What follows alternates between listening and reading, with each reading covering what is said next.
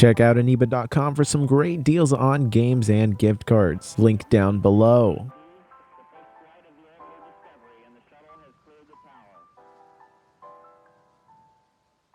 Throughout both AMD and Intel's long history, they've both had weird CPU skews. Oddball CPUs that kind of just don't really seem to fit anywhere in particular, and you almost wonder why exactly they exist. But I think with the advent of Zen and just the entire modular concept around it really brought out a sense of creativity within AMD, because we've gotten a wide amount of just oddball SKUs ever since the release of Ryzen. Whether it's releasing newer hardware with old hardware badges, or finding unique and interesting ways of essentially just selling you the most cut down versions of hardware you could possibly imagine. There is no shortage of creativity with AMD when it comes to just selling you the oddest configurations of Ryzen you could possibly think of. And I think that the Ryzen 5 5560U in this Beelink SER5 mini PC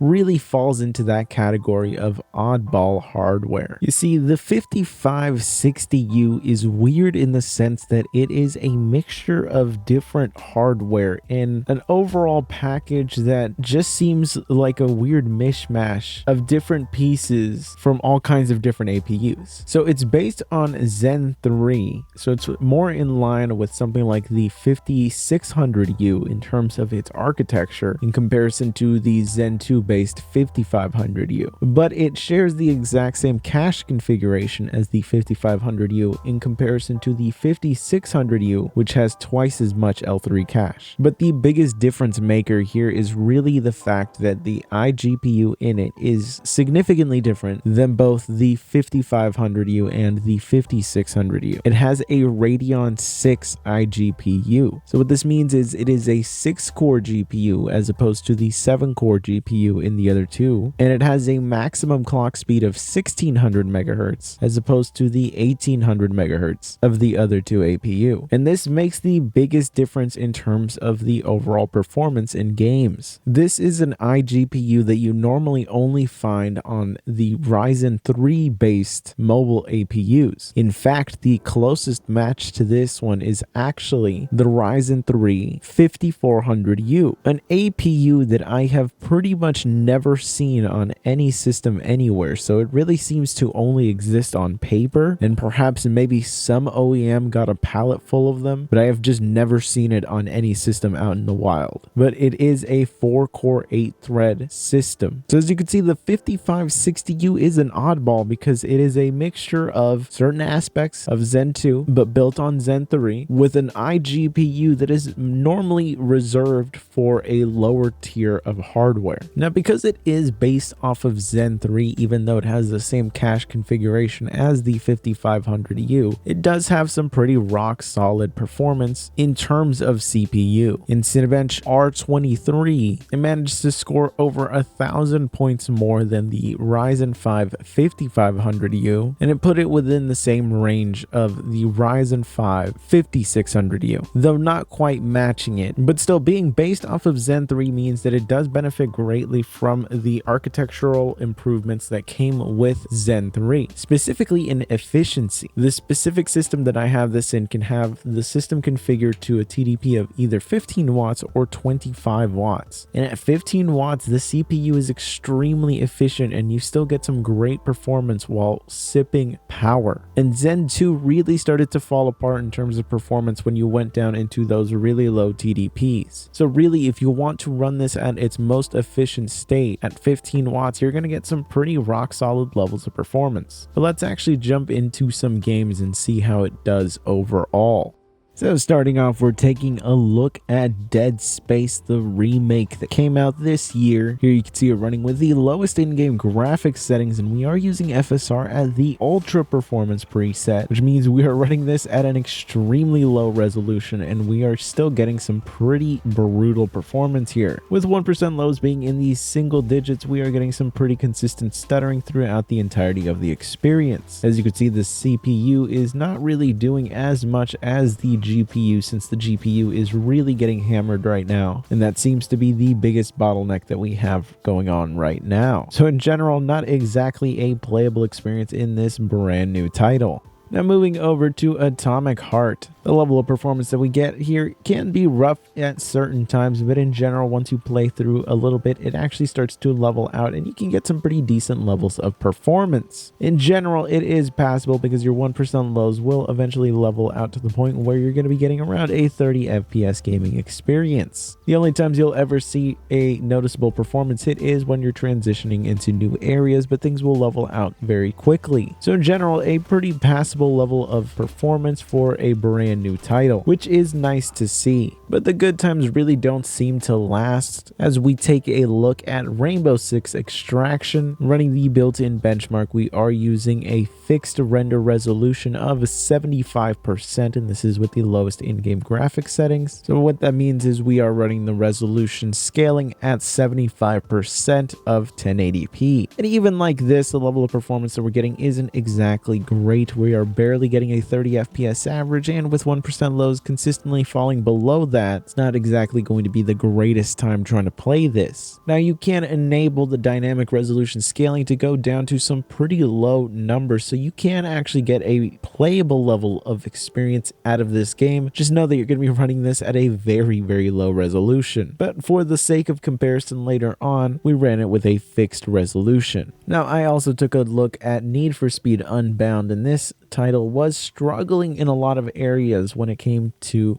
actually giving us anywhere near a decent level of performance. We're running this with the lowest in-game graphics settings, and we are using FSR at its performance preset. So already we are taking a hit visually, but it's still not enough to really get us a great level of performance. As you could see, as I drive around the world, you'll see that our 1% lows will struggle here and there. After a while, it does level out, but in general, as you drive through the world and things start to get loaded in, it will start to struggle. And again, you'll see the GPU itself is just maxed out, and that is the source of the problem here. It is just a really cut down version of the already pretty weak Vega architecture. Now, if we jump into Cyberpunk here, you can see it running with the ultra performance preset for FSR with the lowest in-game graphics settings, and we are getting some brutal levels of performance. Again, barely getting that 30 FPS average, but with our 1% lows at a range that is so abysmal that in general, this is not going to be something you're going to want to play. So again, showing that the iGPU in here that is really meant for an i3 is just not enough to keep up with some of these heavy titles. In general, it is such a cut down iGPU that you can see here that even with older AAA titles that are a good few years old now, still bring it to its knees at their lowest in-game graphics settings, and this is again using something like FSR. As you can see here with Red Dead Redemption 2, we are just struggling to even go above 20. Though our 1% lows are at least very close to our average here, it's not exactly a great experience, and already using FSR at a very aggressive setting is making this look pretty visually rough, and we still don't get a playable frame rate out of this. So I hope you're starting to get a picture of what the kind of performance it is that you are getting out of this iGPU. It really is an aggressively cut down version that really hinders the overall gaming experience. As you can see here with Forza Horizon 5, we are using FSR at a very aggressive setting. It is impacting what the game looks like, and we're still not getting a great level of performance. Specifically, our 1% lows are struggling here, and again, we're barely getting above that 30 FPS mark. So there is a noticeable difference between the iGPU in here and even what is in the 5500U and the 5600U. And this really shows that a lot of these AAA titles that have come out in the past few years are just not really going to be that doable. Again, you can see here with Horizon Zero Dawn, we are just barely able to get above 30 FPS for the average, and our 1% lows are going below that, which means it's not a great experience, as you can tell by that frame time chart where we get consistent spikes as we're running through the built-in benchmark. And again, we're already relying on very, very heavy utilization of something like FSR that impacts the visual quality dramatically, and it's still not enough to get us a great experience. Of course, something like Battlefield 2042 is also going to struggle dramatically here, to the point where it is going to be completely unplayable, giving us an absolutely abysmal FPS average that is only beaten out by the absolutely terrible 1% lows here. So in general, it is just not an iGPU that is meant to do AAA title gaming in the slightest. If you're looking to be able to play indie titles or extremely light esports titles, then yeah, you're going to be able to do that.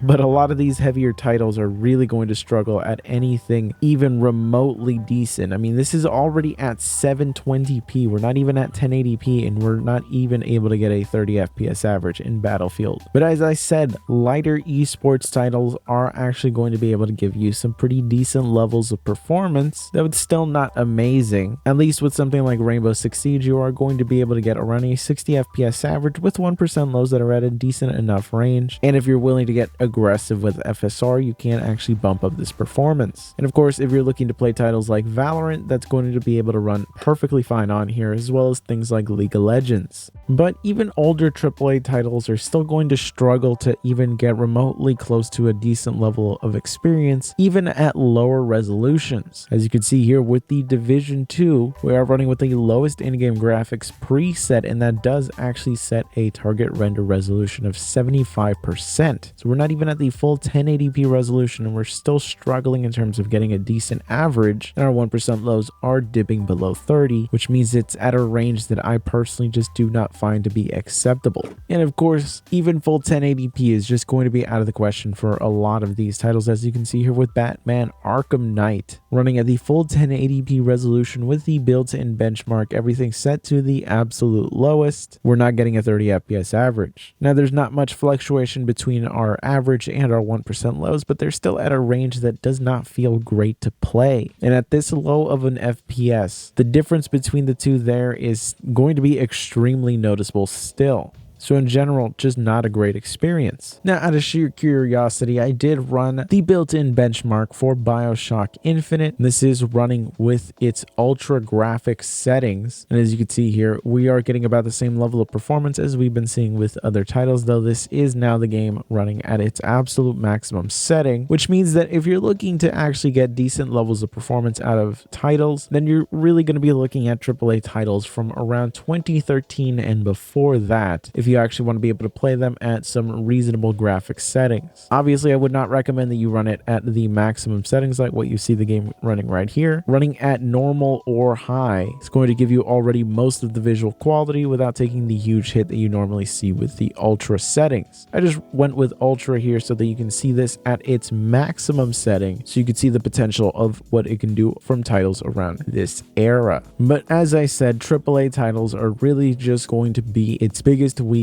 here. Even titles from as far back as 5 or 6 years ago are still going to be struggling on here, and it's just because of the fact that this is a really cut down version of Vega, which was already not exactly a ultra powerhouse when it first came out. Now, being a significantly more cut down version than what you would normally see, it really does impact performance a lot, especially because of the fact that we also have a reduced clock speed. So all around, it is kind of a recipe for disaster here, and it really shows in a lot of these tests. Any kind of AAA title, especially ones that are from an era where FSR was just not around, if you try to run it at native resolution or just use a resolution scaler built in, you're going to struggle to really get any kind of decent levels of performance. Now, of course, you can use things like the lossless scaling tool to inject FSR into some of these titles, but you are going to have to dramatically lower the resolution if you really want to get any kind of benefit from something like that. This iGPU is just that cut down. Though I will be testing it out, and I'm going to see if it can actually salvage some of these titles. So stay tuned for that. But really, it is just that iGPU that brings down the whole experience, because we do have a really solid CPU paired here with it. It's just the fact that that iGPU is extremely cut down that brings down the potential of this hardware. That being said, it does have some advantages to it. Now, you're looking looking at The Sims 4 running on here right now. This is pretty significant because I think that this is the kind of scenario where this hardware is perfect for. And you might be wondering, well, what's the significance of being able to play The Sims on here? Well, it's the fact that this is the kind of game that more than likely the kind of person that you would give this hardware to would be playing. You can pick up this system for really, really cheap nowadays. You can find them sometimes for less than $300. And if you give this to your relative, any kind of family member, any friend that isn't exactly the most tech savvy or really that interested in games, but likes to play these more casual type games, this is the perfect kind of hardware for them.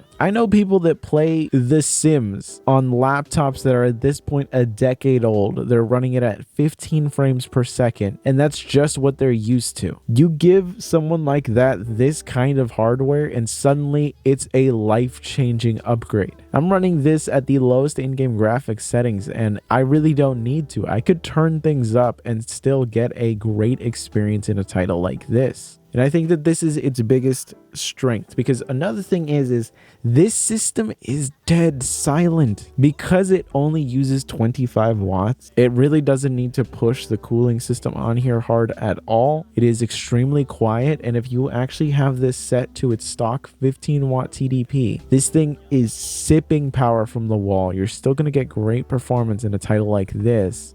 Whoever you give this system to, they will never complain about the noise from it. They will never complain about the performance from it, because it can play The Sims this well. And I think a lot of us end up forgetting just how important it is for these systems to just be so simple that you can just give it to a family member and just have them do what they want to do without any issues whatsoever. They won't need to think about, oh, do I have a graphics card that can play this? It's just going to be able to run. So I showed you a bunch of different titles running on this specific system, and the vast majority of them were really struggling to get anywhere near a decent level of performance. And I've already explained to you a lot of the reason for that, and it really just comes down to the iGPU being extremely weak. It was designed for Ryzen 3 processor, essentially the lowest of the low end from AMD, but they slapped that on something labeled a Ryzen 5. And while CPU wise you get some really great levels of performance, it's the iGPU that really drags everything down. So if you're looking for something that is going to be primarily for gaming, at this price point you're better off looking at something like the Ace Magician with the Ryzen 5 5600U, or you look at the new version of the SER5 that has the 5500U. Now you're going to be dropping down from Zen 3 to Zen 2 for the CPU, but you do get the better iGPU, and that's going to matter more in the vast majority of games. That being said, if you're going to be doing tasks that are more CPU intensive, Zen 3 is a big enough upgrade that it is worthwhile to stick with it. So to get this system is really a decision to be made based off of whether or not the CPU matters to you more than the GPU. But the Ace Magician with the 5600U pretty much gives you the best of both worlds, where you get the better iGPU and you get a better CPU overall, because though both are Zen 3, you get more cache out of the 5600U. And we are talking about the same price. Now the biggest difference is that the Ace Magician at its stock 15 watt TDP is a perfectly fine system, but if you raise the TDP up to 25 watts, you can get a nice increase in terms of performance, but the temperature and noise that you get out of the system is ridiculous when you do that. So it's really a tough price category right now, where you have to make some smart decisions based off of the things that seem to matter the most to you right now. If you're looking for a system for a home lab or anything like that, then this is going to be absolutely perfect, because you get pretty much the cheapest price point that you can find for a Zen 3 based system with a good amount of cores and in a system that is actually going to run cool and quiet. Though the Ace Magician at the stock 15 watt TDP is perfectly fine, and you do get a system that actually has 2 Ethernet